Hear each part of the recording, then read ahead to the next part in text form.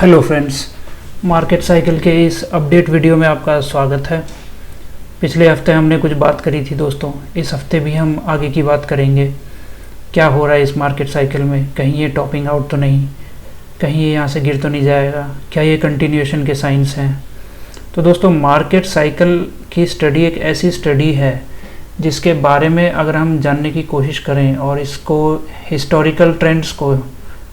Historical trends को अगर हम स्टडी करें तो हमें इसके इंसाइट्स मिलते हैं। दोस्तों, क्या आप मार्केट साइकिल के सीक्रेट्स को जानना चाहते हैं?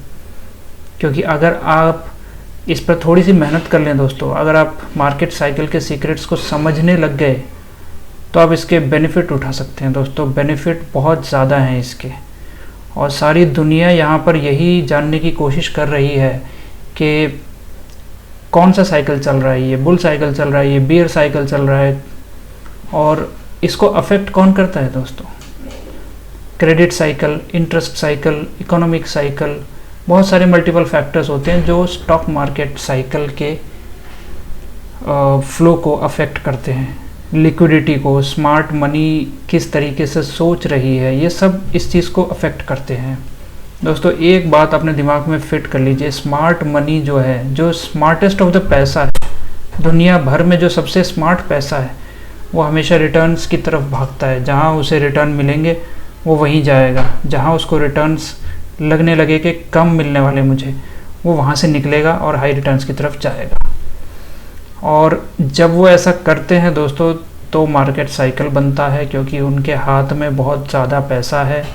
जब वो मूव होता है एक कॉर्नर से दूसरे कॉर्नर में दुनिया में, तो वो साइकिल कहीं ना कहीं चार्ट्स पे प्रिंट होता है, और वो प्रिंट होता है तो चार्टिस्ट लोग कह लो, आप टेक्निकल एनालिसिस करने वाले लोग, हमारे जैसे कुछ लोग कह लो, वो उसको समझने की कोशिश करते हैं। दुनिया भर में लोग समझने की कोशिश करते हैं, कुछ हैंडफुल लोग हैं जो उसको सही तरीके से समझ पाते हैं और वो उनका भरपूर फ़ायदा उठाते हैं। तो दोस्तों, यहाँ भी हमारी यही कोशिश है कि एटलीस्ट जो मुझे थोड़ा बहुत समझ में आता है मैं वो आपके साथ शेयर करूँ, आप भी उसे समझने की कोशिश करें, उससे आपको कुछ ना कुछ हेल्प मिले और फाइनली आप उससे कुछ बेनिफिट उठा पाओ, कुछ पैसा कमा पाओ। मार्केट साइकिल के अगर सही तरीके से अगर हम फॉलो कर पाए तो हम यहाँ पर बहुत पैसा बना सकते हैं दोस्तों। तो आइए शुरू करते हैं आज के वीडियो को और देखते हैं कि पिछले एक हफ्ते में क्या कुछ हुआ है। यहाँ पर उथल पुथल हुई है, आपने देखा पिछले एक हफ्ते में मार्केट ने काफ़ी रेड जोन से ग्रीन जोन में आया है और काफ़ी यहाँ पर बाइंग देखने को मिली है दोस्तों। FIAs तो बेच रहे हैं, लेकिन मार्केट साइकिल क्या बोल रहा है? मार्केट साइकिल सुप्रीम है, उसी को फॉलो करिए दोस्तों। आप किसी एक इन्वेस्टर या किसी एक सेक्शन ऑफ इन्वेस्टर्स को मत देखिए कि DIIs क्या कर रहे हैं या फिर FIIs क्या कर रहे हैं या फिर banks, mutual funds, insurance company क्या कर रही हैं। उन सबको सिंगल तरीके से मत देखिए दोस्तों, उन सबको कंबाइन करके देखिए। उनको कंबाइन करके ही उनके जो एक्शंस होते हैं उनको अगर हम कंबाइन करते हैं तब बनता है मार्केट साइकिल। तो आप किसी एक बंदे को ना फॉलो करके मार्केट साइकिल को फॉलो करिए, तो इनडायरेक्टली आप एक अच्छी खासी मार्केट विजडम को फॉलो कर जाएंगे और कहीं ना कहीं आपके सही होने की प्रोबेबिलिटी बढ़ जाएगी। तो दोस्तों, पिछले एक हफ्ते में जो हमने देखा है, काफ़ी बाइंग हुई है। यहाँ पोर्टफोलियोज़ काफ़ी ग्रीन हुए हैं लोगों के, अगर लॉस में थे तो प्रॉफिट में आ गए, जिनके पहले से प्रॉफिट में थे उनके और प्रॉफिट में आ गए। अब इस बुल मार्केट का क्या? इलेक्शंस चल रहे हैं इंडिया में, आपको पता है 2 हफ्ते बाद रिजल्ट आना है। यहाँ पे वोलेटिलिटी चल रही है, कभी नीचे, एक हफ्ता नीचे जाता है, एक हफ्ता ऊपर आता है। नेट पिछले 4 महीने से मार्केट कहीं गया नहीं है। फरवरी से लगा लो आप, कहीं नहीं गया मार्केट। तो ये वोलेटिलिटी चल रही है, कंसोलिडेशन चल रहा है। जब तक इस रेंज से बाहर नहीं निकलेगा यहाँ से, यानी अब लगता तो मुझे यही है कि वो इलेक्शन रिजल्ट के बाद ही होगा वो काम, लेकिन ऐसा लगने लगा है कि उसकी शुरुआत हो गई है। कंफर्म तो नहीं कह सकते अभी, लेकिन उसकी शुरुआत हो गई है। तो दोस्तों, अगर इस रैली की शुरुआत हो गई है और अगर रिजल्ट वाले दिन कोई शॉकर नहीं आया तो ये अच्छी खासी कंटिन्यू रहने वाली है दोस्तों, और सब कुछ ठीक ठाक ही होने वाला है।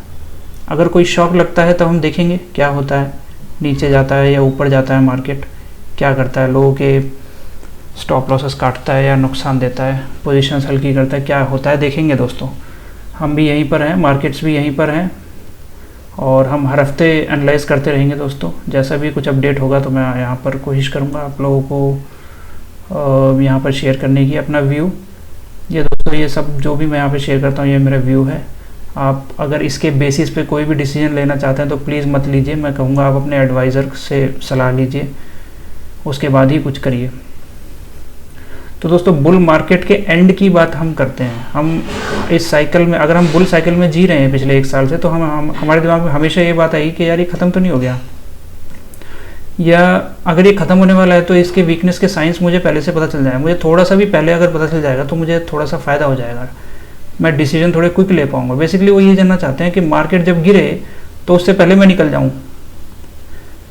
ये दोस्तों ये थोड़ा सा मुश्किल है, आप ये समझ के रखिए। आपको यहाँ पर रूल बेस्ड इन्वेस्टिंग करनी होती है, यहाँ पे सिस्टम्स चलते हैं, लोगों के दिमाग नहीं चलते। यहाँ पे आपको सिस्टम बनाना पड़ेगा कि अगर ये होगा तो मैं बाइंग करूँगा, ये होगा तो मैं सेलिंग करूँगा, अगर ये होगा तो मैं कुछ नहीं करूँगा।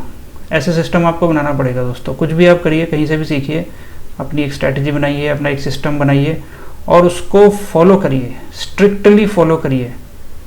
और उसमें अगर आपके मार्केट साइकिल का तड़का लग गया, अगर आपको ये समझ आ गया कि भाई मार्केट साइकिल के साथ मुझे कैसे फ्लो करना है, अपनी स्ट्रैटेजी को कैसे अलाइन करना है मार्केट साइकिल के साथ, तो दोस्तों सोने पे सुहागा हो जाएगा, आपको बहुत मज़ा आ जाएगा यहाँ पे।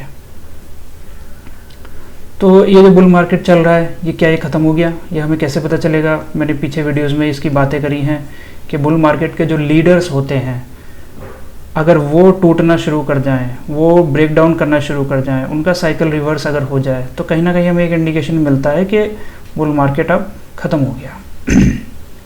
तो अगर पिछले इस बुल मार्केट की अगर हम बात करें तो लीडर्स वही थे आपके, कैपिटल गुड्स, ऑटो, और ये आपकी पीएससी सरकारी कंपनीज़, और small caps, mid caps, Railways, defence sector, ये सारे के सारे लीडर्स हैं दोस्तों इस बुल मार्केट के। अगर मैं इनके चार्ट्स देखूं, मैंने आज चेक किए हैं, मैं हर हफ्ते जैसे कि मार्केट साइकिल को स्टडी करने के लिए मैं चेक करता ही हूँ इन लीडर्स के चार्ट्स। इस हफ्ते जो मैंने चेक किए हैं दोस्तों, वो तो ऐसा लग रहा है जैसे किसी करेक्शन में ही नहीं है, वो तो भागे जा रहे हैं बस। एक तो दोस्तों ऐसा एक टॉपिंग आउट फेज़ होता है कि जब स्टॉक्स भागते रहते हैं एक ही डायरेक्शन में ऊपर की तरफ, तो कहीं ना कहीं वो टॉप के साइंस होते हैं। लेकिन दोस्तों टॉप पे हमें ये नहीं पता चलेगा कि ये साइकिल रिवर्स होने वाला है। ये जो भाग रहे हैं, क्या पता ये भागते ही रह जाए अगले 1 साल तक, तो फिर हम क्या करेंगे? हम बाहर से बैठ के देख तो नहीं सकते, पिक्चर नहीं देख सकते यहाँ पे। अगर हमने पार्टिसिपेट नहीं किया तो फिर इतने नॉलेज का फ़ायदा क्या? मार्केट साइकिल को अगर आपने समझ भी लिया यहाँ पे, तो आप अगर साइड लाइन में होकर बैठे हो पैसे लेके, तो उसका फ़ायदा क्या? आपको कहीं ना कहीं इन्वेस्ट करना होगा। तो दोस्तों अगर कोई स्टॉक भाग रहा है तो हमें कुछ नहीं पता चलेगा नॉर्मली।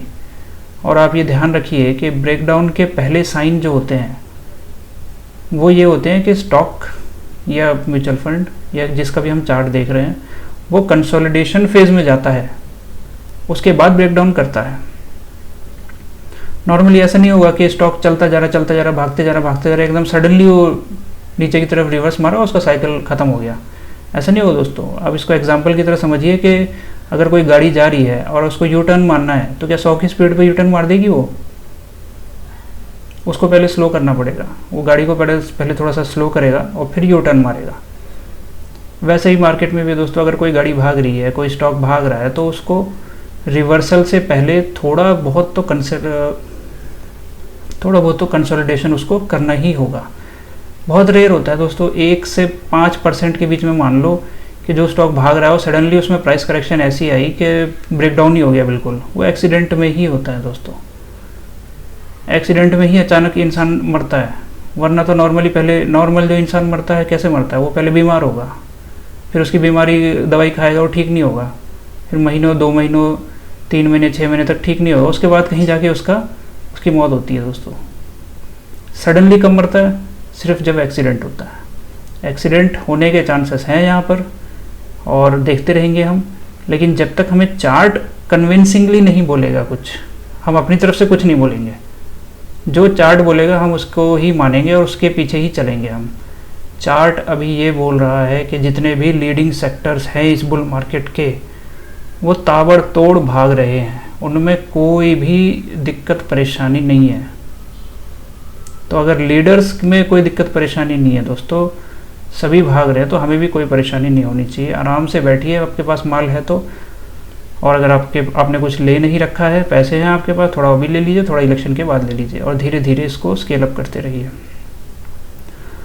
अच्छा, अब ये तो हो गई इस साइकिल की बात कि भाई साइकिल इंटैक्ट है क्योंकि लीडर्स इंटैक्ट हैं और लीडर्स बुल मार्केट में है, तो फिर ये बुल मार्केट चालू है, कोई दिक्कत नहीं है इसमें। मार्केट ब्रेड्थ भी यही बोल रहा है दोस्तों। मेजॉरिटी ऑफ स्टॉक्स जो हैं पूरे मार्केट में वो अपने बुल ट्रेंड में है, इसीलिए बुल मार्केट चलता जा रहा है। तो दोस्तों अब आज की बात करें कि आज कौन से आउट परफॉर्मिंग सेक्टर्स हैं और अंडर परफॉर्मिंग सेक्टर्स हैं। इससे कहीं ना कहीं हमें हेल्प मिलती है कि हम अपना पोर्टफोलियो किसकी तरफ हैवी रखें, किस सेक्टर में थोड़ा सा हैवी रखें और किस में थोड़ा सा लाइट रखें। तो दोस्तों आउट परफॉर्मिंग सेक्टर्स में यहाँ पे पावर सबसे ऊपर है, फिर पीएससी पब्लिक सेक्टर एंटरप्राइजेस सरकारी companies, energy, renewable and non renewable both. फिर आपका हो गया रियल्टी सेक्टर, रियल एस्टेट वाली ये कंस्ट्रक्शन वाली कंपनी जितनी भी हैं। और फिर उसके बाद हो गया आपके मेटल्स में दोस्तों नॉन फेरस जो है उसमें थोड़ी सी चमक ज़्यादा है, फेरस वाले में थोड़ी सी कम है उसमें भी, लेकिन नॉन फेरस वाले में ज़्यादा है, ध्यान रखिएगा आप।